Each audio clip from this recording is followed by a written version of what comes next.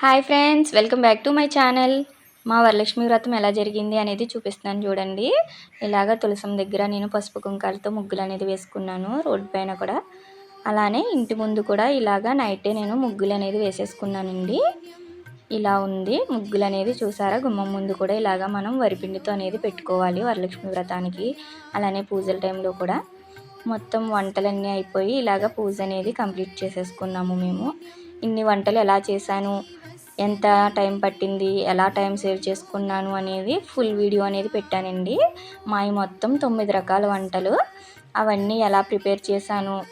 లక్షవారం కూడా మిషన్ అనేది స్టిచ్ చేసి ఆ తర్వాత పనులు అనేది స్టార్ట్ చేశానండి. అయినా కూడా శుక్రవారం అనేది పూజ మాకు ఇలాగా 11 అయ్యేసరికి కంప్లీట్ అయిపోయింది.